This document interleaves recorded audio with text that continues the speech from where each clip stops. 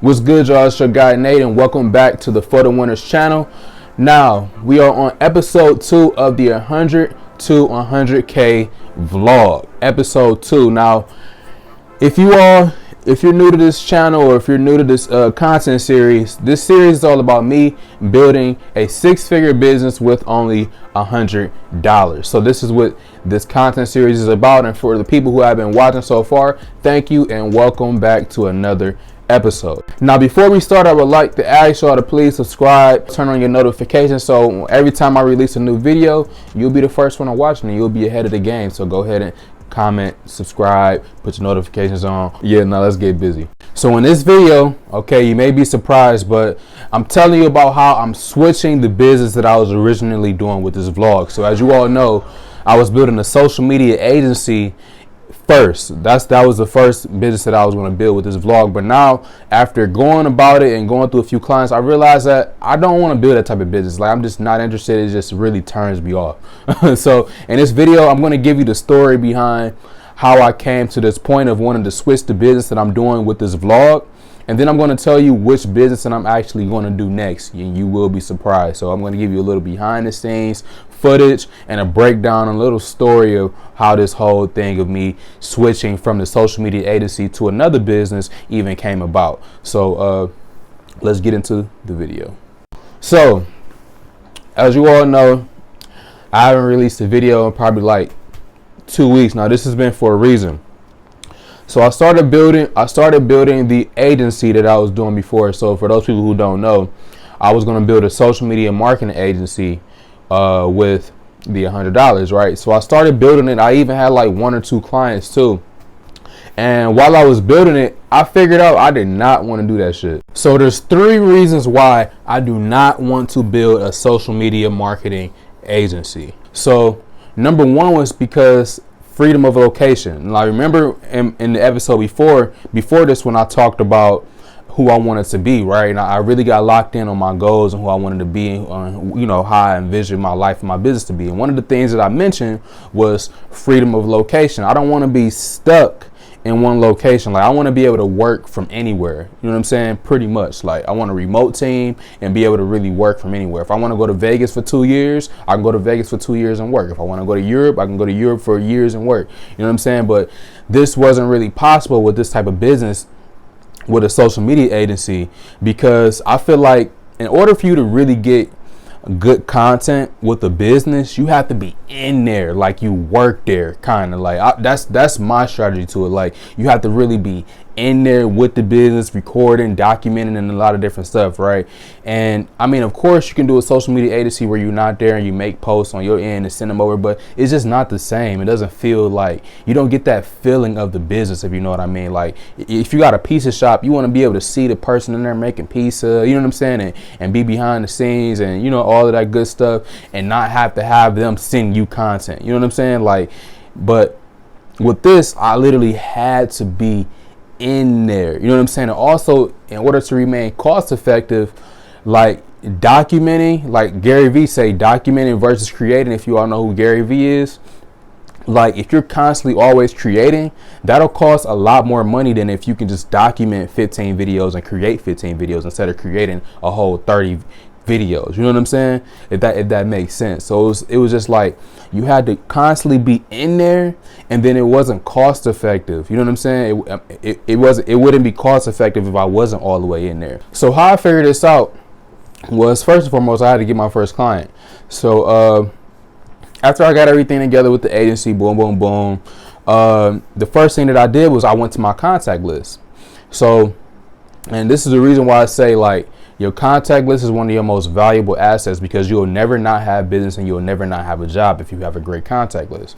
So I went through my contact list and I looked and I seen, like, who are some people that I recently worked with that I really, really like and really, really think that my business would provide a lot of value to.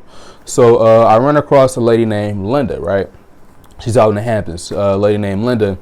And I previously worked with her like a year or two ago.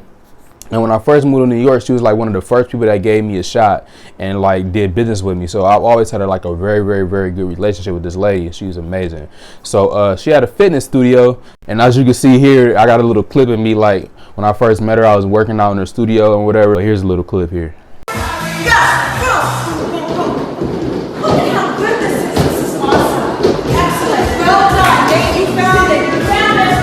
So the same lady, Linda, she also has a landscape design company as well, right? So I decided to say, you know, okay, I'm gonna hit her up and I'm gonna ask her, can I do social media management for her landscape design company? So I hit her up, hey, how you doing, Linda? Whoa, whoa, whoa. I'm starting this new social media agency. Would you want to pretty much essentially buy some of my services and let me manage your landscape design company's social media account? And of course, you know, she was all for it. You know what I'm saying? She always supportive of me. You know what I'm saying? And we just have a really, really good relationship. So boom, now we started working on that, and I started managing the social media account for the landscape design company. So here's like some behind the scenes of what was going on with that whole situation. This is me like on my way. What's up, buddy? To a job. Hey, how are you? My way to the landscape design company and getting in my Uber. Man, I can't wait till I can drive again.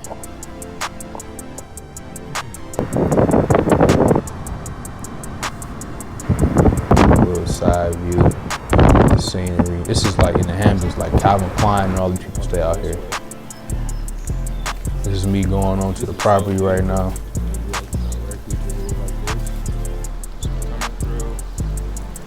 Doing a little walkthrough. Some nice flowers. Really just a really nice vibe here. You can just feel the whole ambiance. That's the inside. It's super nice in there. I like the whole vibe of the brand. The wood finish and all that. This looks dope. Just based off of just walking through here and the feel of the entire brand. You can feel it. This is the type of stuff that I like to do. She was walking me through a bunch of her different clients' properties and stuff like that. She got some major clients like that do all type of stuff, from big finance people, film people, fucking multi-millionaire, billionaire, WWE. Like, it's crazy. It's like us knocking on a photo shoot. It's pretty cool. It's like a little pond that's on our property. Right here, this is the social media account and the content that we was making. Now, my strategy with the content, it was to like not make the average content that other landscape design companies were making, where they were just promoting the properties and all that stuff. Like, we were making actual content, like GIFs, memes, and stuff like that, informational stuff, informative stuff. Like, it was a whole, like, it was real content. And you know, and this right here is what other landscape design companies look like. Just boring. It's just like the same photos of properties or whatever. But this creative type of strategy that I was going about with the account got me in a little bit of trouble, which leads to like my next reason as to why I couldn't run a social media agency. Like, I'm just not interested in it. Now, the second reason why I couldn't do a social media agency was project control. Now, mind you, we're in the client to service business, right? So your client, you have to serve their needs, whatever their needs is. So me, if I want these certain ideas for a project and I can't fully fulfill my ideas, like, especially even when you know they're good ideas and you know you're right and stuff like that, but you constantly have to like, hey, do you like this? You know, can you do this? Like, and not have complete control of the project, as bad as that may sound, like that really like turned me off, like, cause I just be wanting to do one thing and I have my mind set on it, I got a whole vision for it, but then I have to keep checking in with this other party to make sure that they like it, you know what I'm saying? And now it's like, it's not even my vision anymore, you know what I'm saying? So it's like, that just bothered me a lot. It bothered me a lot. And here's like a story and an example of this, like in this clip right here, where I tried to put my vision out there and then it just backfired on me. It's good, y'all. Up, washing dishes. So yesterday, I got a bad review. So long story short, we were doing a project for the landscaping company, and I thought it was a good idea to like think of like, I don't know, I wanted to make like an informative type of post for this landscaping company, but also informative, but kind of match the times of what's going on right now. So I chose to make a post that said like it was something along the lines of like top 3 like poisonous plants for dogs or something like that. So like, and it had like a dog with like a coronavirus mask or whatever. So we list like 3 plants that were like harmful to like dogs. So it was like lavender and like all these other different plants and stuff like that. So I wake up the next morning after we made the post and whatever, and then I had like 3 texts like from the people at the company, and they were like, you got to take that post down, yada yada yada, because you know, we use lavender in our plants, whatever. So pretty much I made a bad post that was like scaring like customers and stuff like that, and I really didn't know. I really didn't know. I wasn't reading the room, as we will all say. I wasn't reading the room, so I'm still waiting to hear back on that. And like, one of the ladies was low key going off on me in a text. She was like, "We don't like the posts you are making. They're not pretty much saying that they weren't matching the brand." She even went as far as calling some of the posts like childish or whatever. So like, I don't know. But I feel like this is all like a brand discovery problem, and it's a few other problems as well that was going on with this. But anyhow, I don't know. I'm still dealing with that, processing that issue systematically. But that was just kind of crazy though. And I don't know. That's what was going on with that whole situation. So I'm still waiting to hear back from the lady.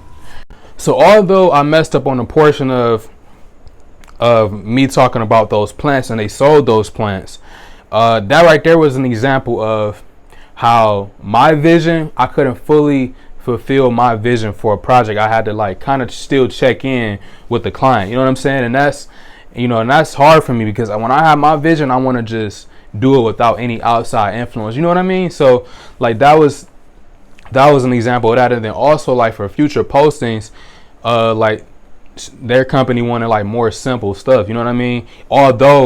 Even though like the post that I was making, they had the most engagement on it out of any other post, you know what I mean? But they just wanted more simple stuff, and there's nothing wrong with that, you know what I'm saying? That's just the way that how they want their brand to be. And then with my vision, I kind of wanted to be different, you know what I mean? So like, and I feel like me working with other clients is always going to be like that same little disconnect. So like that was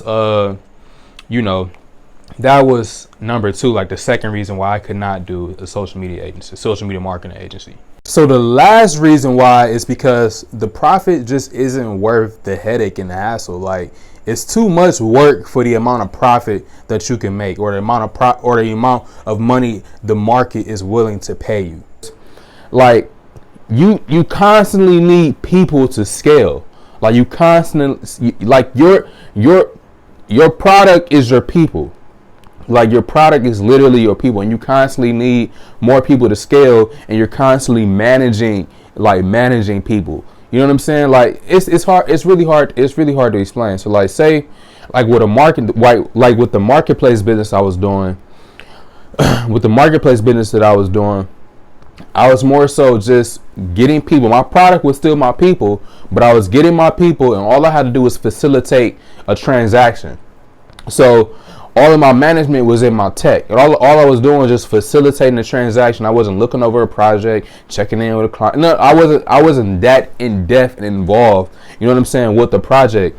And like with an agency, you're that in depth involved with a project. Also, you constantly need people to scale up. And it's like, for that amount of work, like, and for the type of business I was trying to get into, it just wasn't worth it. Like probably per client, I could make like $3K a month per client, but it's like, is that 3K really worth like the hassle or the headache? And it really wasn't. Like it just really wasn't. So here's some like behind the scenes footage of me like doing some research on it, and you see what I'm saying. But you know, I already knew the profit potential wasn't as big as my last company. You know what I mean? So, but I still wanted to, even after I did the research on it or whatever, I still wanted to like jump in and, you know, get my feet wet and see what was really up. That's why I took on a couple of clients just to really like prove it, because sometimes you can't believe everything that's on the internet. But like, here's like a little like behind the scenes footage of me like doing some research. So it's day one building a social media agency, and I'm excited, but I'm kind of scared. I'm not even fucking scared. I don't know. I'm just excited to get it started. So like, I don't know, the first thing that we about to do is we about to just figure out how this shit even works. So like, before I even try to jump in anything, I need to figure out like how a social media agency or agency in general, like just how the model works. Like how to start a social media marketing agency. Fuck it. I'm about to just go watch a shit ton of videos, get the general gist of the model, because it can't be that freaking hard. Like, video number one.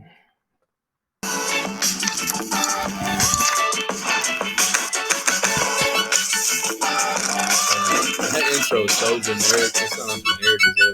Guys, Jordan here. Today we're going to be going through how to start social media marketing in 2020. So you want to start a social media marketing agency. What's up, you guys? Jason Wardrop here, and in this video I want to break down how to get started with social media marketing.